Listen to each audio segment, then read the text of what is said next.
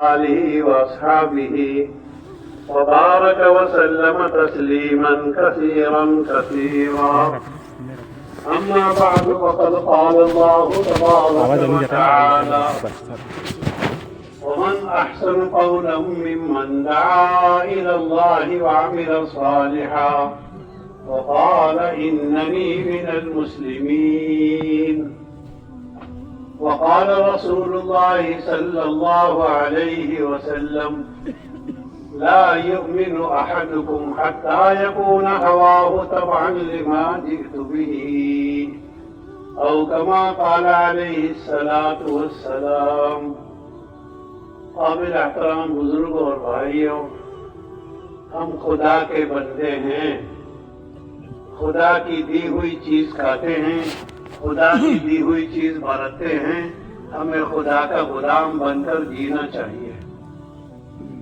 ہم خدا کی زمین پر رہتے ہیں، خدا کے پانی کو پیتے ہیں، خدا کی دی ہوئی ہوا سے فائدہ اٹھاتے ہیں، خدا کی دی ہوئی خوراک کھاتے ہیں. ہمیں خدا کی غلامی کرنی چاہیے. جو آدمی نماز نہیں پڑھتا اس سے بڑا تو کوئی نافرمان ہے ہی نہیں. 750 حکم توڑتا ہے وہ آدمی جو نماز نہیں پڑھتا. یعنی زنا سے بھی بڑا گناہ ہے، شراب سے بھی بڑا گناہ ہے.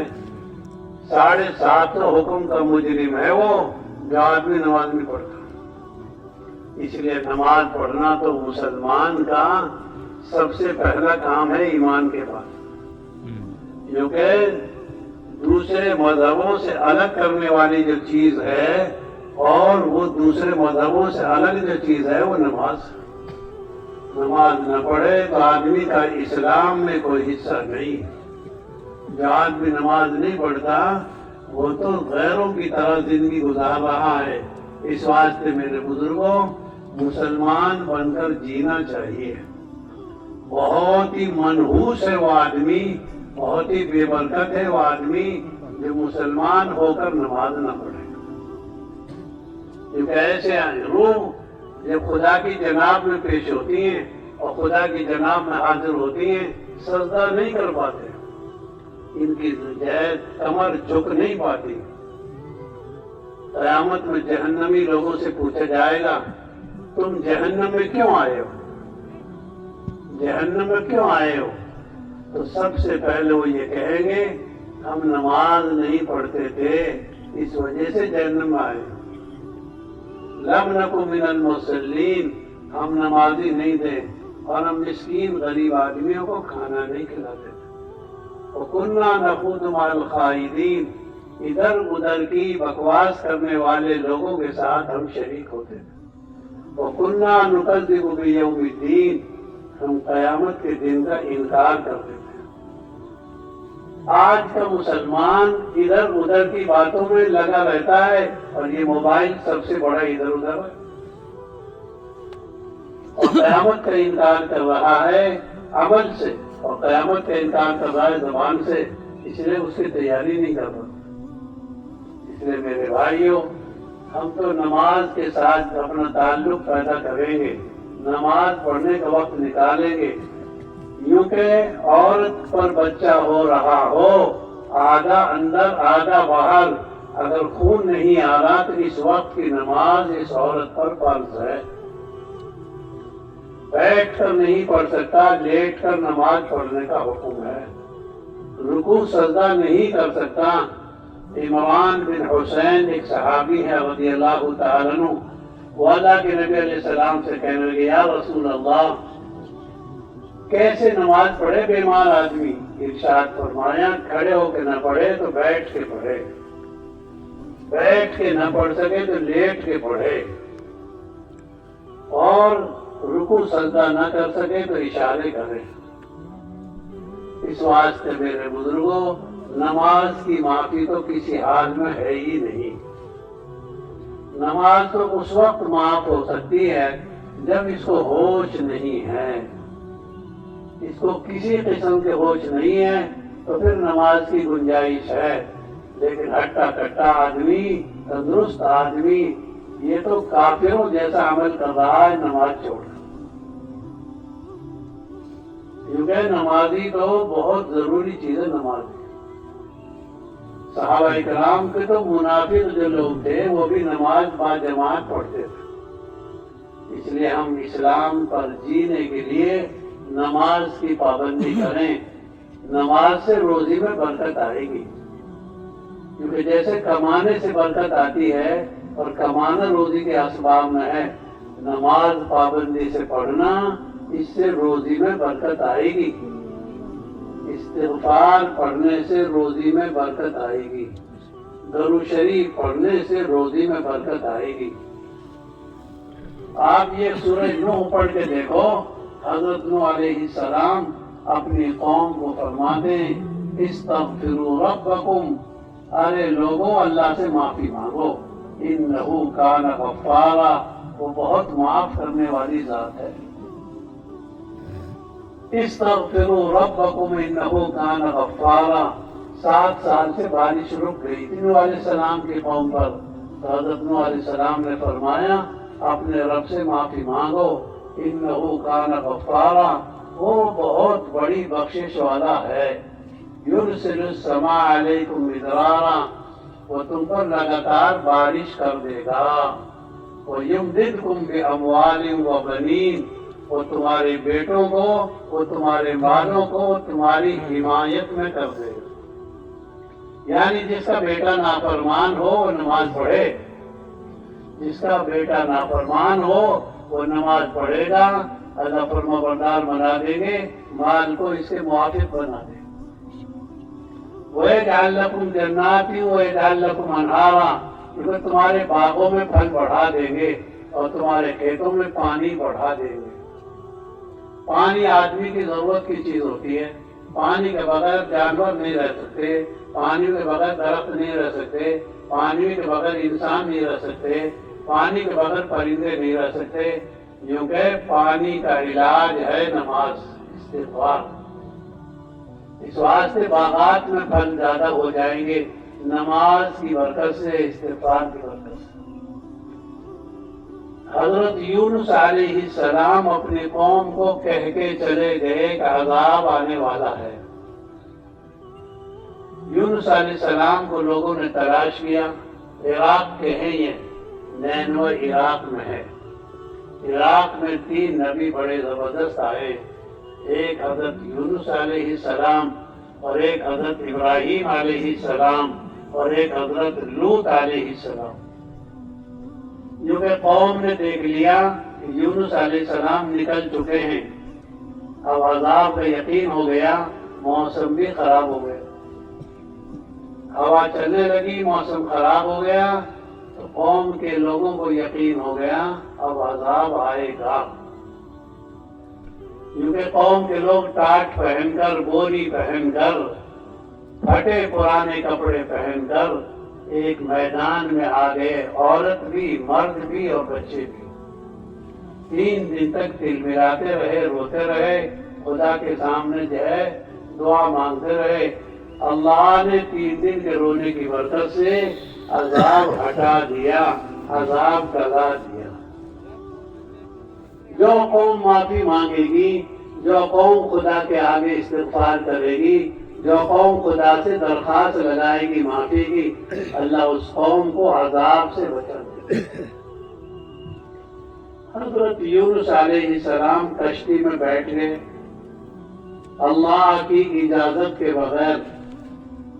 اللہ پاک نے نہیں فرمایا تھا اور اجازت نہیں مانگی تھی، بس قوم کے ڈر کے مارے اپنی جان بچانے کے لیے کشتی میں بیٹھے. کشتی کا چلانے والا اللہ کہتا ہے میری کشتی میں کبھی بھنور نہیں آتا اور اس میں جو ہے حالات خراب نہیں ہوتے جب تک کوئی بھگوڑا غلام نہ آ جائے. معلوم یہ ہوتا ہے میری کشتی میں کوئی بھگوڑا غلام آ گیا ہے. مسلمان اپنے گناہ کو چھپاتا نہیں ہے بلکہ خدا سے معافی مانگتا ہے.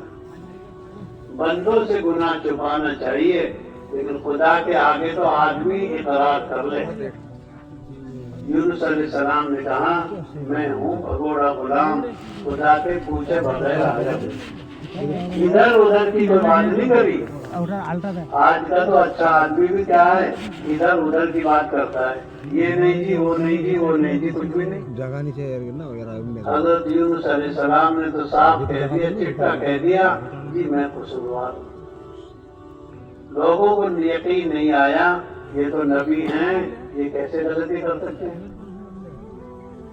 اللہ کی طرف سے قرآن اندازی کا حکم آیا کہ تم قرآن اندازی کر لو، جس کا نام ہوگا مجرم ہوگا اس کے نام آ جائے۔ حضرت یونس علیہ السلام تو پھر بھی یہی کہہ رہے تھے میرا ہی نام آئے گا، میں ہوں قصوروار، لیکن لوگوں کو یقین نہیں آیا۔ یوں کہیں جب نمبر آیا قرآن اندازی کا تو یونس علیہ السلام کا نام آ گیا، اور سزا کیا مقرر ہوئی؟ سزا یہ مقرر ہوئی کہ مچھلی پیٹ میں لے لے، مچھلی منہ پھاڑ کے کھڑی ہوئی ہے اور وہ حضرت یونس کو منہ میں لے لے گی۔ حضرت یونس علیہ السلام کو ڈالا گیا، مچھلی نے منہ میں لے لیا، لیکن اللہ نے یہ کہہ دیا دیکھ یہ تیری خوراک نہیں ہے، یہ تیرے پاس امانت ہے۔ مچھلی بھی پابند ہے اللہ کے حکم کی۔ یوں کہتے ہیں 3 دن کے بعد، 7 دن کے بعد، 40 دن کے بعد اللہ نے مچھلی کے پیٹ سے نکالا۔ کیوں؟ اس لیے کہ انہوں نے اندر جا کر لا الہ الا انت سبحانک انی کنت من الظالمین پڑھنا شروع کر دیا۔ یہ 23واں پارہ آپ پڑھ کے دیکھو، اس میں ایک سورت آتی ہے سورہ صافات، اس کے اندر ایک آیت آتی ہے فَلَوْلَا أَنَّهُ كَانَ مِنَ الْمُسَبِّحِينَ لَلَبِثَ فِي بَطْنِهِ إِلَى يَوْمِ يُبْعَثُونَ۔ اگر حضرت یونس علیہ السلام معافی نہ مانگتے، استغفار نہ کرتے تو ہمیشہ قیامت تک مچھلی کے پیٹ میں رہتے۔ قرآن کی آیت ہے، یعنی معافی مانگنے کی برکت سے، معافی مانگنے کی کرامت سے باہر آئے ہیں، لیکن جسم سارا گل گیا۔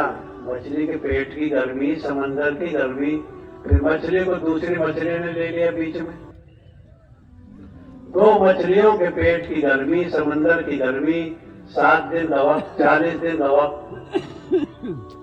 معافی مانگتے رہے اللہ سے، معافی مانگنے کی برکت یہ ہوئی اللہ نے مچھلی کے پیٹ سے زمین پر پھینک دیا، لیکن جسم اس قابل بن گیا، بہت نازک۔ اللہ تو اللہ ہے۔ یہ گھیا کی جو درخت بیل ہوتی ہے جس کو آپ لوکی کہتے ہیں، لوکی کی جو بیل ہے اس پر کبھی مکھی نہیں بیٹھتی، دیکھ لینا، دھیان کر لینا، یہاں بہت پنجاب میں اس کی پیداوار بہت ہے، اس پر مکھی نہیں بیٹھتی۔ اللہ نے مکھی نہ بیٹھنے سے بچانے کے لیے یونس علیہ السلام کے لیے یہ بیل درخت بنا دی، حالانکہ بیل چلتی ہے اس کی، لیکن پودا بنا دیا۔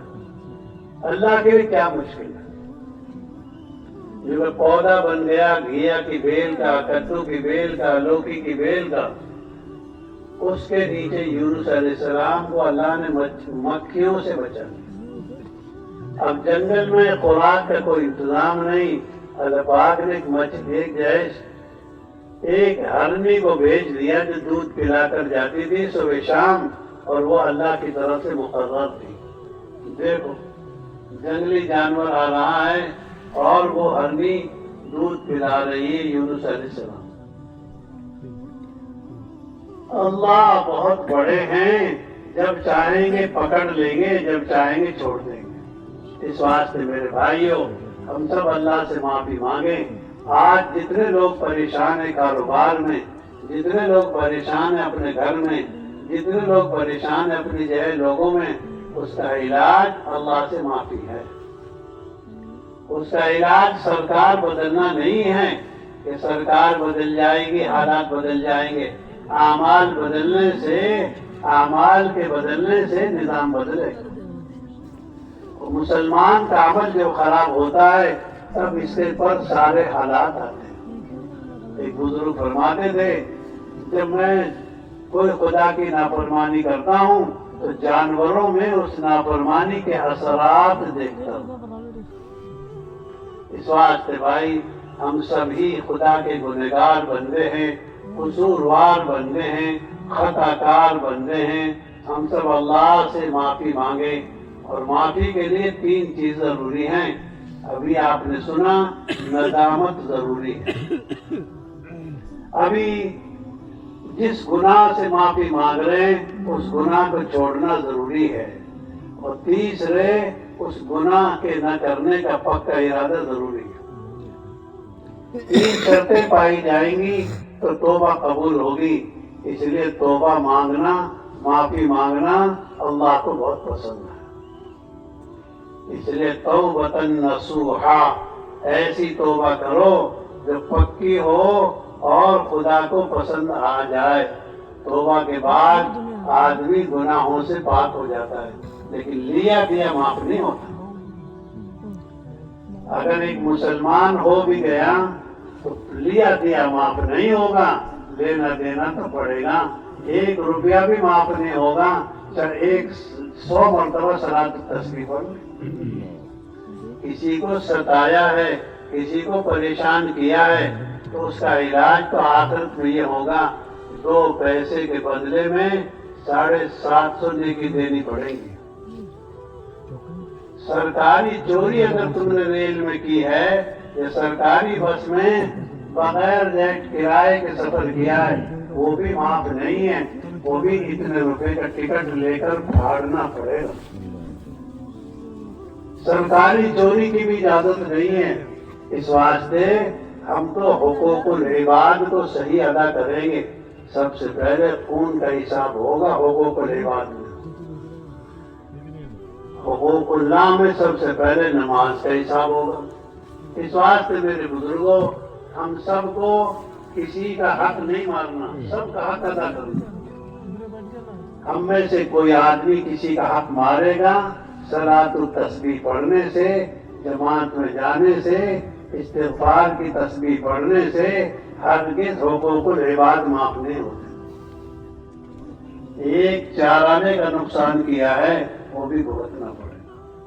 حدیث پاک میں آتا ہے، پہاڑوں کے برابر نیکی لے کر آئے گا آدمی، لیکن فقیر ہو کر، کنگال ہو کر جہنم میں جائے گا دوسروں کے گناہ لے کر۔ کیوں؟ اس کی نیکیاں تو ختم ہو گئی دوسروں کے حقوق میں، اور دوسرے لوگوں نے گناہ کیا تھا، زنا انہوں نے کیا، شراب انہوں نے پی، جوا انہوں نے کھیلا، گندے کام انہوں نے کیے، لیکن ان کے حقوق کی وجہ سے اس کے گناہ اس کے اوپر لاتے جائیں گے۔ اس لیے اپنی زندگی بہت بچا بچا کر چلانی ہے۔ یہ نہیں یہ کمزور ہے، یہ غریب ہے، یہ تو جانور بنا ہے کہ بڑا مضبوط جانور چھوٹے جانور کو مارتا ہے۔ بے سینگ والی بکری کو اللہ سینگ دے دیں گے اور اپنے سامنے اس کا بدلہ چوکوائیں گے، بدلہ ادا کرائیں گے، لیکن پھر دونوں کو مٹی بنا دیں گے۔ اس لیے کہ جنات کو اور انسانوں کو جنت اور جہنم ہے، تیسری کوئی مخلوق جنت میں جانے والی اور جہنم میں جانے والی نہیں ہے۔ اس وقت یہ انسان تمنا کرے گا، کاش کہ میں جانور ہوتا، میں بھی آج جو ہے مٹی بنا دی جاتا۔ نہیں، تمہیں تو انسان بنایا ہے، اس لیے اس کی سزا بھگتنی پڑے گی۔ اللہ کے بھی حقوق ادا کرنے ہیں، بندوں کو بھی حقوق ادا کرنے ہیں۔ اگر ایک آدمی ماں کو ستاتا ہے، ماں کی وجہ سے صحابی کی زبان بند ہو گئی، اللہ کے نبی علیہ السلام کو آ کر بتایا، اے اللہ کے نبی جی، فلاں صحابی کا انتقال ہو رہا ہے، کلمہ نہیں پڑھ پا رہے۔ آپ نے پوچھا کلمہ نہیں پڑھ پا رہے، تو آپ اب اس کے گھر آ گئے، جس کے گھر یہ واقعہ پیش آیا۔ آ کر آنے کے بعد پوچھا اس کے ماں باپ زندہ ہیں؟ بتایا گیا ماں زندہ ہے۔ ماں کو بلایا، ماں کو اللہ کے نبی نے کہا اس کو معاف کر دے۔ ماں کہنے لگی میں معاف نہیں کر سکتی۔ کیوں؟ اس نے مجھ کو ستایا ہوا ہے، تم اور ہم عورتوں کی غلامی کرتے ہیں، ماں کو ستاتے ہیں۔ یہ جتنے چھوکرے ہیں نا 30-35 سال کے، یہ تو عورتوں کے غلام ہیں، ماں کے نافرمان۔ یہ 50-60 سال کے جو لوگ ہیں یہ ماں کے تابعدار ہیں، عورتوں کے جو ہے طرف انہوں نے دھیان نہیں دیا۔ اب آج کل کے 30-35 سال کی جوان کی جو نئی نسل آئی ہے، یہ تو ماں کے نافرمان ہیں، عورت کے غلام، عورت کے لیے تو تابعدار ہیں، ہر وقت اس کی سرکار میں حاضر ہیں۔ کیونکہ صحابی کی زبان بند ہو گئی تو 4 مہینے والا کیا چیز ہے، چلے والا کیا چیز ہے، نمازی کیا چیز ہے۔ صحابی تو ساری دنیا پر بھاری ہوتا ہے، ایک صحابی ساری دنیا کے قطب ابدال غوثوں پر بھاری ہوتا ہے۔ اس واسطے میرے بھائیوں، ماں سے معاملہ صحیح کریں۔ اللہ کے نبی تو حکیم تھے، سمجھدار آدمی تھے، عقل کے 99 سے ان کے پاس تھے۔ انہوں نے کہا آگ لاؤ اور لکڑی لاؤ، لکڑی جلاؤ، آگ لگاؤ۔ وہ بڑھیا کہنے لگی اب کیا ہوگا، اب تیرے لڑکے کو اس لکڑی کی آگ میں ڈالیں گے۔ تو بڑھیا کہنے لگی یہ تو نہیں ہوگا، کہ نہیں معاف کرے گی تو یہی ہوگا، اگر تو معاف نہیں کرے گی تو تیرا بیٹا آگ میں جلے گا۔ بڑھیا کو رحم آ گیا، عورت کو رحم آ گیا، ماں کو ترس آ گیا، ماں نے رحم کھا کر معاف کر دیا۔ جیسے معاف کیا، زبان پر کلمہ جاری ہو گیا۔ اس لیے میرے بزرگوں، اعمال کو بڑا دخل ہے، اعمال کو بڑا دخل ہے۔ اچھے عمل پر اچھا نتیجہ۔ کبھی گیہوں کے درخت پر چنے نہیں آتے، کبھی آم کے درخت پر انگور نہیں آتے، کبھی نیم کے درخت پر کیلے نہیں لگتے۔ اچھے اعمال کے نتیجے اچھے ہیں، برے اعمال کے نتیجے برے ہیں۔ کوئی آدمی یہ سوچے دیکھا جائے گا، کیا دیکھے گا، وہ بھگتنے کا وقت ہوگا، دیکھنے کا وقت نہیں ہوگا۔ اس واسطے میرے بزرگوں، مزدور کی مزدوری دینا ضروری ہے، ہر ایک کا حق دینا ضروری ہے۔ ہم کسی کا حق دبا کر جنت نہیں جا سکتے۔ اللہ کے نبی علیہ السلام نے فرمایا قرضہ جنت میں جانے سے روک دیتا ہے، اس لیے ہم لوگ قرضہ چکا کر مریں گے۔ اللہ کے نبی علیہ السلام نماز نہیں پڑھاتے تھے جب تک یہ پوچھ نہ لیتے اس پر قرضہ ہے کہ نہیں، اگر ہے تو دینے کا جو انتظام ہے کہ نہیں۔ اگر دینے کا انتظام ہوتا تو نماز پڑھاتے، ورنہ کہتے تم پڑھا لو خود۔ اس لیے میرے بھائیوں بزرگوں، بہت صاف ستھری زندگی گزارنی ہے۔ سفید کپڑا پہننے سے صاف نہیں ہوتا، اخلاق بھی اچھے ہوں، رہن سہن بھی اچھا ہو، لین دین بھی اچھا ہو، اور لوگوں کے ساتھ برتاوا بھی اچھا ہو۔ خدا کا بھی غلام بن، انسانوں کا بھی حق ادا کرنے والا بن۔ ایک حدیث میں آتا ہے کونوا عباد اللہ اخوانا، اللہ کے غلام بن کر رہو، آپس میں بھائی بن کر رہو۔ اس لیے ہم تو سب کے حقوق ادا کریں گے۔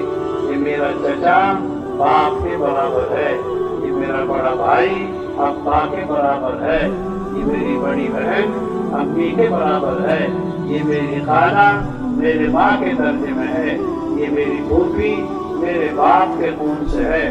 باپ کا لحاظ ضروری، پھوپھی کا لحاظ بھی ضروری۔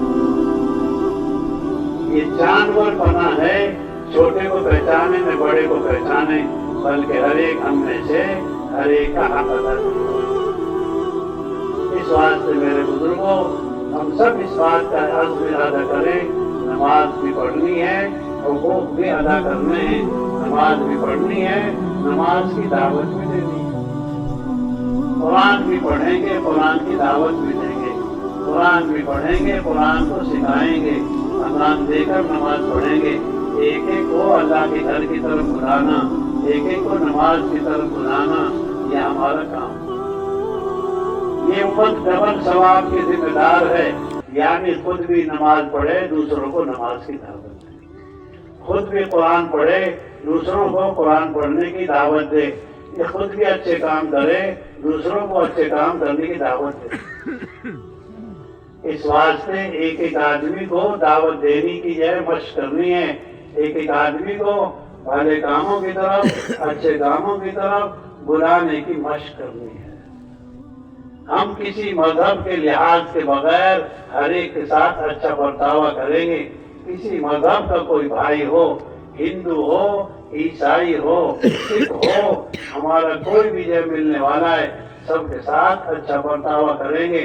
ہم کسی کے ساتھ جانور پناہ نہیں کریں گے، یعنی ہم تو کتے پر بھی رحم کھائیں گے، جانوروں پر بھی رحم کھائیں گے، تو انسانوں پر ہم کو زیادتی کرنے کا، انسانوں پر ظلم کرنے کا، انسانوں کے ساتھ برا کرنے کا کب شریعت حکم دے گی؟ اجازت نہیں دے گی۔ نماز بھی پڑھ انسان بن کے زندگی گزار، نماز بھی پڑھ مسلمان بن کے زندگی گزار۔ مسلمان وہ ہوتا ہے جس کی زبان سے اور جس کے ہاتھ سے کسی کو تکلیف نہ پہنچے۔ اس واسطے میرے بزرگوں، ہم تو ہر ایک کا حق ادا کرنے والے بنیں گے، چاہے کوئی بھی ہو، کسی دھرم کا ہو، کسی مذہب کا ہو، کسی پارٹی کا ہو۔ ہم کسی پارٹی کے آدمی نہیں ہیں، ہم تو خدا کے غلام ہیں، نبی کے امتی ہیں، اور اللہ کو مانتے ہیں، اللہ کے رسول کو مانتے ہیں۔ ساری امت کو، ساری انسانیت کو اور سارے عالم کے بسنے والوں کو ہم یہ بات بتانا چاہتے ہیں، ہم تو اللہ کے غلام ہیں، اس کی غلامی بن کر اس کی جو ہے غلامی سے زندگی گزاریں گے۔ اور ہم تو رسول کے امتی ہیں، چہرہ بھی لباس بھی رسول کے جیسا بنانا ہے۔ کیوں؟ میں اپنے نبی کا پوچھنے ماننے والا ہوں۔ مجھے قبر میں مجھے اپنے نبی کی شکل دکھائی جائے گی، اگر نبی کا چہرہ بنا رکھا ہے، نبی کا لباس پہن رکھا ہے، نبی والے طریقے میں چل کر آیا ہے، تو یہ کہہ دے گا میں محمد الرسول اللہ کا ماننے والا ہوں۔ اور جو آدمی اسلام پر رہ کر انسان نہیں ہے، جانوروں کی سی زندگی گزار رہا ہے، یہ اپنے جانور بنے کو قبر میں بھگت لے گا۔ اب جو لوگ جماعتوں میں جا رہے ہیں وہ اس بات کا عزم ارادہ کریں، ہم تو ٹھیک بننے کے لیے تعلیم کے حلقے کا اہتمام کریں گے 4 گھنٹے، روزانہ فضائل اعمال کی اور فضائل صدقات کی اور روزانہ منتخب احادیث کی تعلیم کریں گے۔ جماعتوں میں جانے والے بھائی صبح کے وقت میں منتخب احادیث سے تعلیم کریں گے اور قرآن پاک کی صورتوں کو صحیح کریں گے اور 6 نمبر کی مشق کریں گے، اور 1-2 آدمیوں کی جماعت بنا کر محلے میں گلی میں بھیج دیں گے تاکہ وہ گلی کے لوگوں کو مسجد میں لے آئیں۔ تھوڑی تھوڑی دیر کے لیے سب ساتھیوں کو بھیجیں گے۔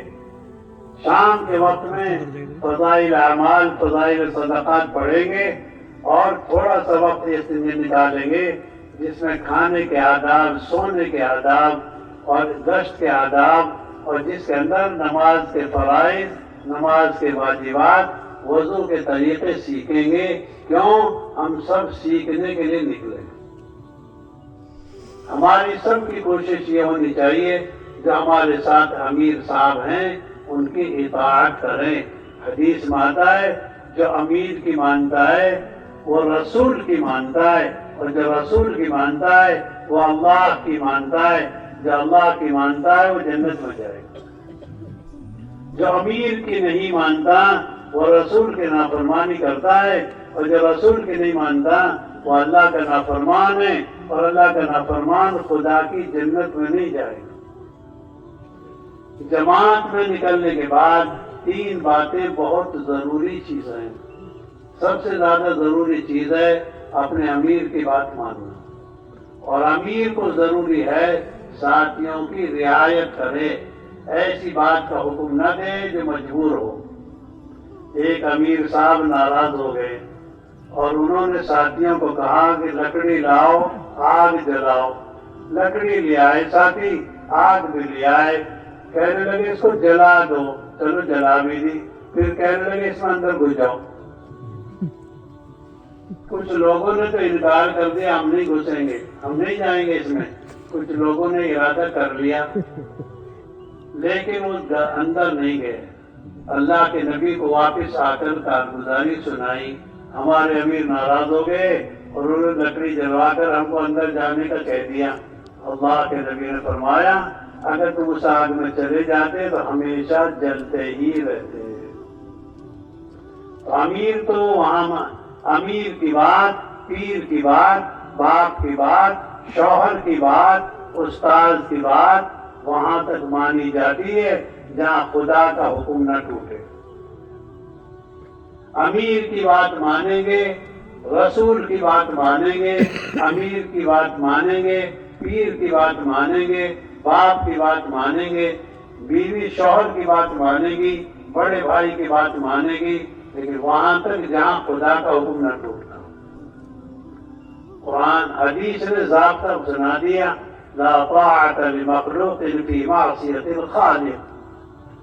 جہاں اللہ کی نافرمانی ہوتی ہو وہاں کسی بندے کی بات نہیں مانی جاتی. کوئی شوہر بیوی کو نماز سے روکے، کوئی شوہر اپنی بیوی کو زکوٰۃ سے روکے، ہرگز نہیں مانی جائے گی. اس واسطے بھائی امیر کی تو ماننی ہے لیکن امیر کو چاہیے کہ رعایت کرے. رعایت کیا ہے؟ ایسے کاموں کا حکم کرے جس کو ساتھی کر سکتے ہیں. تیسری بات ضروری ہے خدمت. ہم امیر کی بھی خدمت کریں گے، ساتھیوں کی بھی خدمت کریں گے، بستی والوں کی بھی خدمت کریں گے، اور جہاں جا رہے ہیں ضرورت مند کی خدمت کریں گے. خدمت بہت بڑی نعمت ہے. اللہ کے نبی علیہ السلام نے ایک بڑھیا کا سامان پہنچا کر بڑھیا کے گھر پہنچا دیا مکے میں. تو بڑھیا کیا کہتی ہے؟ ارے بیٹا محمد نام کا ایک آدمی ہے، تو اس کی بات مت ماننا، وہ بہت بیکار انسان ہے، الیاذ باللہ. اللہ کے نبی نے فرمایا امی وہ تو محمد میں ہی تو ہوں. ارے تو بہت اچھا محمد ہے. بڑھیا خوش ہو گئی خدمت کر کے، یہ تو بہت اچھا محمد ہے. تو ہم خدمت کریں گے امیر کی، خدمت کریں گے ساتھیوں کی، خدمت کریں گے مستحق خدمت کی، خدمت کریں گے معذور کی. اللہ کے نبی علیہ السلام نے ایک جماعت کی کارگزاری سنی. پوچھا بھائی تم میں سب سے زیادہ کام کون کرتا تھا؟ لوگوں نے بتایا یہ کرتا تھا. اللہ کے نبی نے پوچھا اس کی سواری کی دیکھ بھال کون کرتا تھا اور اس کے جانور کو کون دیکھتا تھا؟ فرمایا وہ تو ہم ہی کرتے تھے. ارشاد فرمایا اس کے سارے کاموں کا ثواب تم کو ملے گا. تم نے اگر کسی بزرگ آدمی کی خدمت کر لی، تمہارے بڑھاپے میں اللہ پاک ایسا آدمی پیدا کر دیں گے جو تمہارے بڑھاپے میں تمہاری خدمت کرے گا.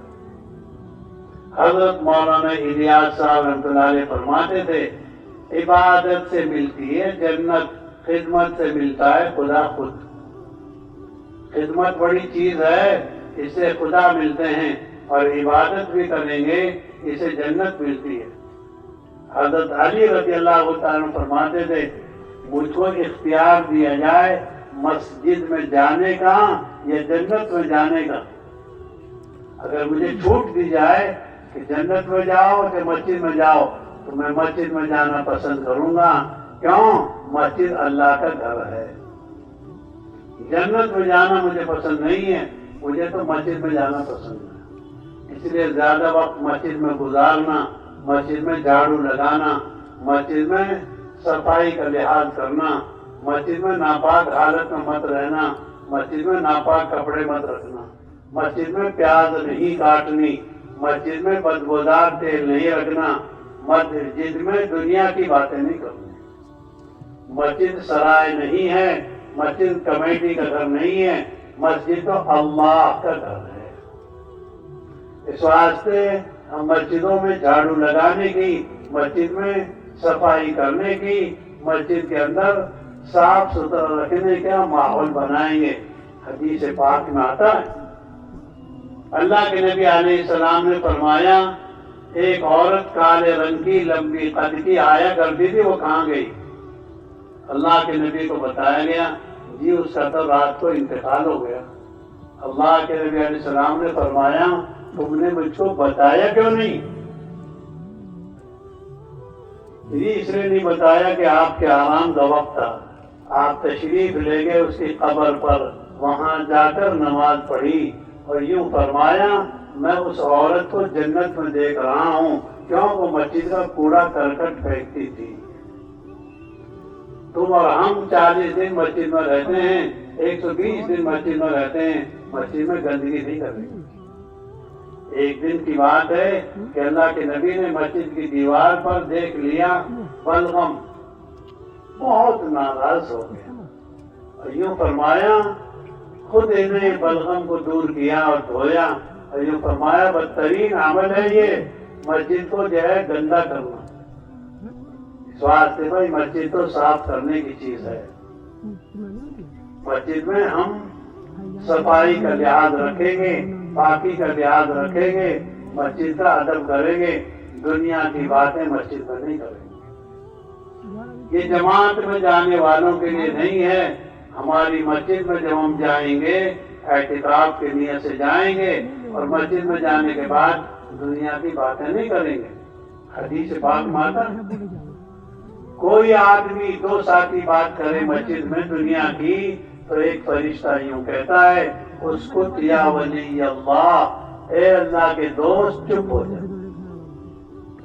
اگر وہ باتوں میں لگا رہتا ہے، حضرت امام ابو حنیفہ رحمۃ اللہ علیہ فرماتے تھے باتیں کرنے میں جی بہت لگتا ہے، اور خاص طور سے غیبت میں جب دو آدمی غیبت کرتے ہیں تو دور والے نزدیک ہو جاتے ہیں، دونوں منہ نزدیک کر لیتے ہیں، کیونکہ اللہ کے نبی نے فرمایا وہ فرشتہ ناراض ہو جاتا ہے اور دوبارہ یوں کہتا ہے اس کو یا اخی، اے بھیا چپ ہو جا۔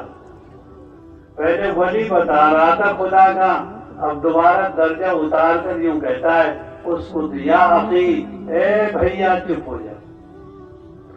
ولایت سے اخوت پر آ گیا، پھر بھی یہ باتوں میں لگا ہی رہتا ہے، باتیں کرتا رہتا ہے تو فرشتہ تیسری مرتبہ جھلا کر ناراض ہو کر یوں کہتا ہے اس کو یا عدو اللہ لعنت اللہ علیک، اے اللہ کے دشمن تو خاموش ہو جا، تجھ پر اللہ کی مار اور پھٹکار ہو۔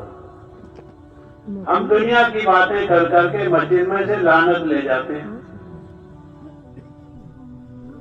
جو آدمی نماز بنا کے نہیں پڑھتا، نماز صحیح کر کے نہیں پڑھتا، نمازی کے حق میں وہ نماز بد دعا کرتی ہے۔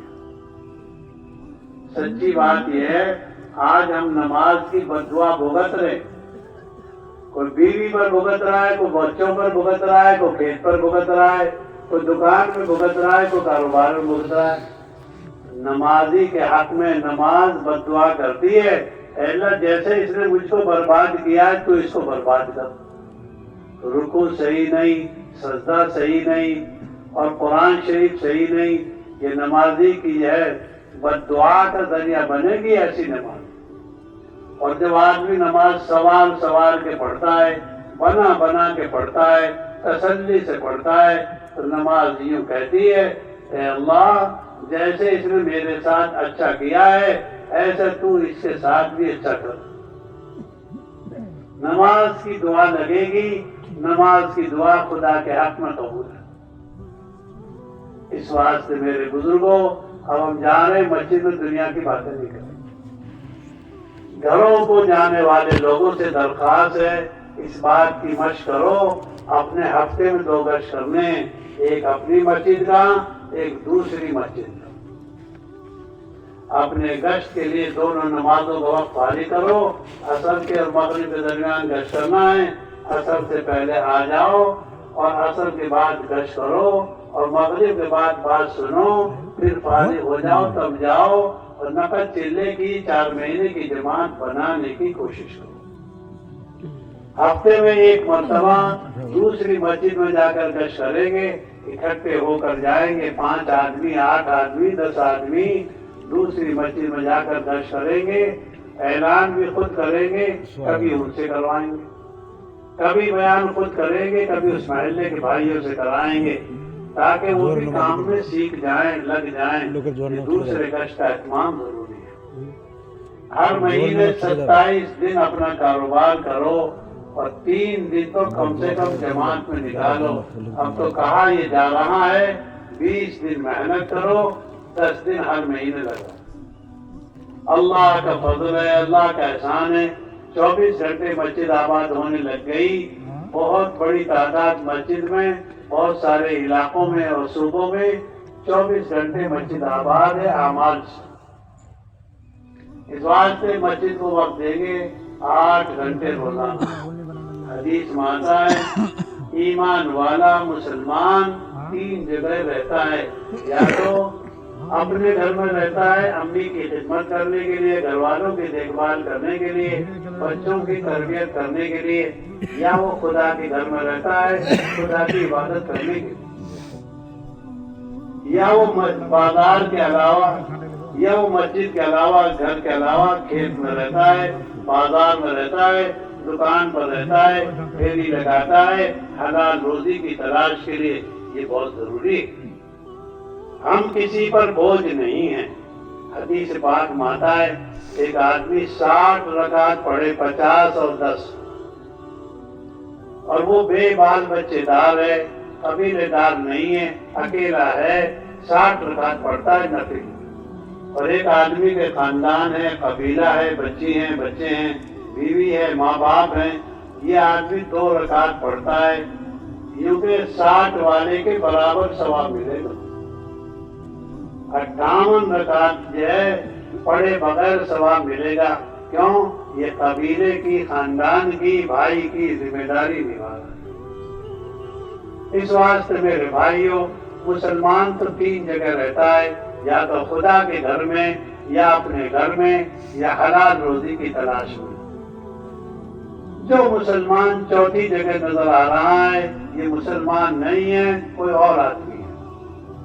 بازار ہمارے رہنے کی جگہ نہیں ہے، گلیوں میں وقت گزارنا ہمارا کام نہیں ہے۔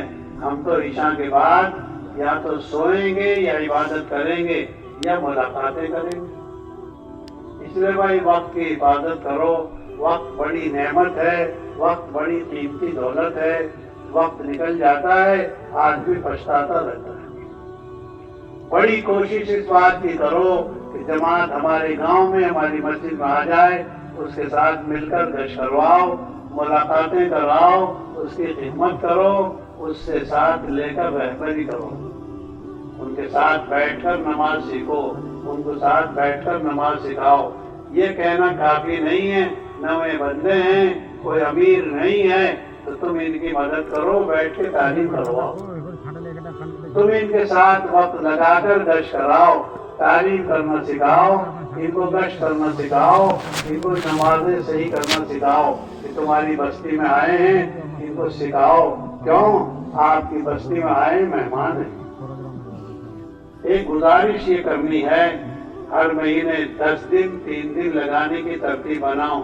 خدا موقع دے 2 بار 3 دن لگاؤ، خدا موقع دے 3 بار لگاؤ، 2 بار مہینے میں 2 مرتبہ، 2 مہینوں میں 3 دن لگاتے رہو مردوں کے ساتھ۔ جب تیسرا مہینہ آ جائے جنانیوں کے ساتھ لگاؤ، کبھی ماں کے ساتھ، کبھی دادی کے ساتھ، کبھی پھوپھی کے ساتھ، کبھی امی کے ساتھ، کبھی جو ہے گھر والی کے ساتھ، اور کبھی بڑی بہن کے ساتھ، اور کبھی جو ہے شادی شدہ بھانجی اور بھتیجی اور نواسی اور پوتی لے کے جاؤ۔ یعنی یہ 10-12 عورتیں ہیں جن کے ساتھ آدمی وقت لگا سکتا ہے۔ اس واسطے بہت زیادہ ضروری ہے، ہم گھر والوں کی بیماری کا فکر کرتے ہیں تو گھر والوں کی نماز بھی ہمارے ذمہ ہے۔ حضرت عمر بن خطاب ایمان لائے اپنی بہن کی برکت سے، حضرت عثمان غنی ایمان لائے اپنی خالہ کی برکت سے۔ خالہ کی برکت سے حضرت عثمان غنی کو ایمان نصیب ہوا، حضرت عمر بن خطاب کو بہن کی برکت سے تعلیم نصیب ہوئی، تعلیم میں ایمان لائے۔ اس واسطے گھروں کی تعلیم کا بڑا اہتمام کریں، مسجد کی تعلیم کا بہت زیادہ اہتمام کریں۔ اب آپ حضرات اس بات کا عزم ارادہ کر کے جاؤ، جتنا یہ مجمع آیا ہے 5 وقت کی نماز با جماعت پڑھیں گے انشاءاللہ۔ کہنے سے نکاح نہیں ہوتا۔ کوئی لڑکا دلہا انشاءاللہ 5 مرتبہ کہہ دے، 1 مرتبہ کہہ دے، نکاح نہیں ہوگا۔ کسی مفتی سے جا کے پوچھ لیں، یہاں بہت مفتی آئے ہوئے۔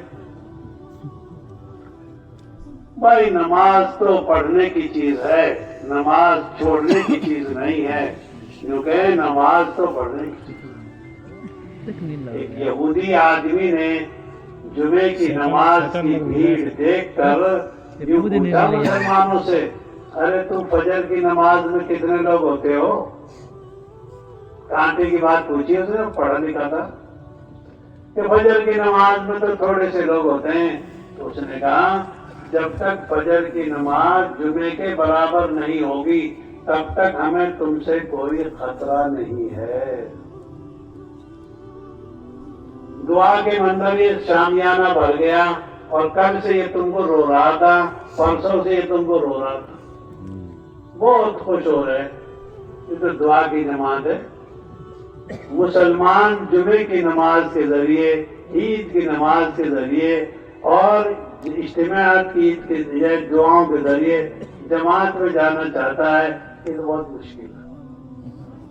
5 وقت کی نماز ضروری ہے۔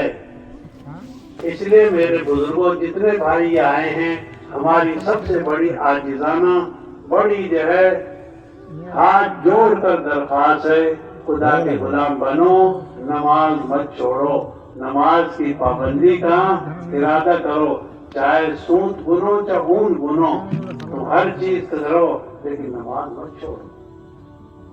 کھیت والا کھیت میں اذان دیتا ہے، نماز پڑھتا ہے، 50 نمازوں کا ثواب ملتا ہے، کیونکہ کھیت والا کھیت میں اذان دے گا اور نماز پڑھے گا جماعت کی، 50 نمازوں کا ثواب ملے گا۔ اور اگر اکیلا بھی ہے، اذان دے کے نماز پڑھے گا، تکبیر پڑھ کے نماز پڑھے گا، اکیلے کو بھی 50 نمازوں کا ثواب ملے گا۔ اس واسطے ہم تو مسجد میں آنے کی کوشش کریں گے۔ کوئی مجبوری ہے، کوئی دور کا فاصلہ ہے، وہیں نماز پڑھ لو، جماعت بنا کر وہیں نماز پڑھ لو، وہ جو ہے بڑے اطمینان سے۔ جہاں تم گاڑی میں اور چیز رکھتے ہو، موٹر سائیکل اور چیز رکھتے ہو، ایک مصلی بھی رکھ لو۔ مصلی ہر ایک کے ساتھ ہونا چاہیے، جہاں موقع لگے وہیں نماز۔ کھانے کے ٹفن لے جاتے ہو، ایک مصلی بھی لے کے جاؤ تاکہ موقع لگے گا وہیں نماز پڑھیں۔ عزم ارادہ کریں، پورا پکا فیصلہ کریں، آج کے بعد نماز نہیں چھوڑیں گے۔ تو کون کون پہلوان نماز چھوڑے گا؟ ہاتھ اٹھا رہے ماؤں نے، جیتی قوم ہاتھ اٹھا رہی ہے۔ جنازے کی نماز میں بھی بہت ساری قوم ہاتھ اٹھاتی، اس نے سمجھا عید کی نماز بھی جنازے کی نماز کی طرح ہے۔ نہیں، ارادہ کرو، عزم کرو، نہ چھوڑیں گے نہ چھوڑنے دیں گے۔ کون کون نماز نہیں چھوڑنے دے گا؟ اللہ تمہارے ہاتھوں کو عزت کے ساتھ اٹھائے رکھے۔ یہ اللہ عزت کے ساتھ تم کو عزت کی اور برکت کی روزی عطا فرمائے۔ عزم ارادہ کر کے جاؤ۔ عورتوں کے 3 دن لگوائیں گے، گھروں میں تعلیم شروع کریں گے، 2 مہینے مردوں کے ساتھ جائیں گے، تیسرے مہینے جنانیوں کے ساتھ جائیں گے، کبھی اماں کے ساتھ، کبھی جو ہے گھر والی کے ساتھ، کبھی دادی کے ساتھ، کبھی نانی کے ساتھ، کبھی پھوپھی کے ساتھ، کبھی خالہ کے ساتھ۔ جماعت آ جائے گی، گشت کروائیں گے، ملاقات کروائیں گے، مشورے میں بیٹھیں گے اور ان کے ساتھ جو کچھ ہو سکے گا اچھا برتاؤ اور خدمت کریں گے۔ اللہ پاک تمہارے اس نیک ارادے کو قبول فرمائے۔ ایک گزارش یہ کرنی ہے، اپنے گھر میں تعلیم کرو، اس میں خود بیٹھو اور نمازوں کا مذاکرہ کرو اور صفات صفات کا مذاکرہ کرو۔ ایک دن منتخب احادیث سے تعلیم کرو، دوسرے دن فضائل اعمال، فضائل صدقات سے کرو، اور اس کام پر جمنے کی اور اس کام پر لگنے کی توفیق خدا سے مانگتے رہو، لگے رہو۔ ایک گزارش آج آخری کرنی ہے، کسی کا حق نہ مارو، پڑوسی کا پڑوس کو حق دو، رشتہ داری کا حق دو، اور ہر ایک انسان کو اس کا حق دو۔ مذہب کے بغیر ہم سب کا لحاظ کریں گے۔ کوئی کسی دھرم کا ہو، کسی مذہب کا ہو، کسی پارٹی کا ہو، انسان ہو یا جانور ہو، ہم تو سب کا لحاظ کریں گے۔ ہم جانوروں کے ساتھ زیادتی کرنے کے مامور نہیں ہیں، انسانوں کے ساتھ غلط کام کرنے کی کہاں سے اجازت مل جائے گی؟ گھر کے اندر بھی باہر بھی انسان بن کر جیو۔ انسان وہ ہوتا ہے جو انسانیت والے اخلاق استعمال کریں، وعدے کو پورا کریں گے، ہر ایک کے ساتھ بھائی کریں گے، ہر ایک کے ساتھ پیار پریم رکھیں گے۔ ہم جو ہے اونٹ نہیں ہے جو دل میں دشمنی رکھے، سانپ نہیں ہے، بچھو نہیں ہے، کتے نہیں ہیں جو کسی کو تکلیف پہنچائیں۔ ہم تو انسان ہیں، انسان بن کر جیئیں گے، مسلمان بن کر رہیں گے، خدا کے غلام بن کر جیئیں گے، اور انسان بن کر زندگی گزاریں گے۔ خدا کے یہاں اس کو حساب دینا ہے۔ عزم ارادہ کر کے جاؤ، فیصلہ کر کے جاؤ، کسی کا حق نہیں مانو۔ یعنی ماں کا بھی حق ادا کریں گے، بہن کا بھی حق ادا کریں گے، پھوپھی کا بھی حق ادا کریں گے، پڑوسی کا بھی حق ادا کریں گے، اور راستے کا بھی حق ادا کریں گے۔ راستے کا حق کیا ہے؟ کیونکہ گزرنے والوں کے عیب مت دیکھو، راستہ چھوڑ کر بیٹھو، نظر نیچی کر کے بیٹھو، گزرنے والوں کی مدد کرو، گزرنے والوں کے عیب مت دیکھو۔ اللہ پاک دیکھ رہے ہیں کون کیسا کام کر رہا ہے، اللہ پاک اس کے ساتھ ویسے ہی برتاؤ کرتے ہیں۔ اس لیے میرے بزرگوں، عزم ارادہ کر لو، 5 وقت کی نماز با جماعت پڑھیں گے۔ کوئی نماز چھوڑے گا تو اس کو سمجھائیں گے، اس سے جو ہے بات کریں گے، اور اگر کسی موقع پر رہ گئی، کسی مجبوری میں، تو قضا نماز پڑھ لو۔ ارادہ کرو جمعہ نہیں پڑھیں گے، صرف 5 نمازیں پڑھیں گے۔ جس خدا نے، جس قرآن نے، جس دین نے جمعہ فرض کیا ہے، اسی نے عصر کی نماز بھی فرض کی ہے۔ یہ تو بہت ناسمجھی کی بات ہے، بہت باولے پن کی بات ہے کہ آدمی جمعہ پڑھے، عصر نہ پڑھے۔ خدا نہ کرے، خدا نہ کرے ہماری جو ہے ایک ہفتے میں جمعے کے وقت آنکھ کھلے اور ایک ہفتہ بند رہے تو کون پسند کرے گا اس کو؟ ہفتے میں ایک مرتبہ زبان سے کھولتا ہے، بات کرتا ہے، باقی زبان بند رہتی نہیں۔ ہر وقت ہم جو ہے آنکھ سے دیکھتے رہتے ہیں، کان سے سنتے رہتے ہیں، زبان سے بات کرتے رہتے ہیں، ہر وقت اللہ پاک روزی دے رہے۔ ہمت کر لو، اس بات کا فیصلہ کر لو، 4 مہینے بہت جلدی لگائیں گے۔ جو نہیں جا رہے وہ روتے ہوئے جاؤ، جلدی لگانا ہے، اللہ آپ کو قبول فرمائے۔ کون کون لگائے گا؟ ہاتھ لگائیں گے، ہاتھوں سے نہیں چلا جاتا، پیروں سے چلا جاتا۔ ایک مہینے میں 4 مہینے، ایک مہینے کے اندر 4 مہینے کی جماعت کون کون بنائے گا؟ ایک مہینے کے اندر سوچ سمجھ کے اٹھاؤ، اب تو ہاتھ دیکھ ہی نہیں رہے۔ ایک مہینے میں 1 مہینے کے اندر 4 مہینے کی جماعت بنانی جی۔ چلو 2 مہینے میں 4 مہینے کی جماعت کون بنائے گا؟ 2 مہینے کے زمانے میں اللہ آپ کے ہاتھ رکھنے کو، اٹھانے کو قبول فرمائے۔ 4 مہینے کے اندر 4 مہینے کی جماعت کون نکالے گا؟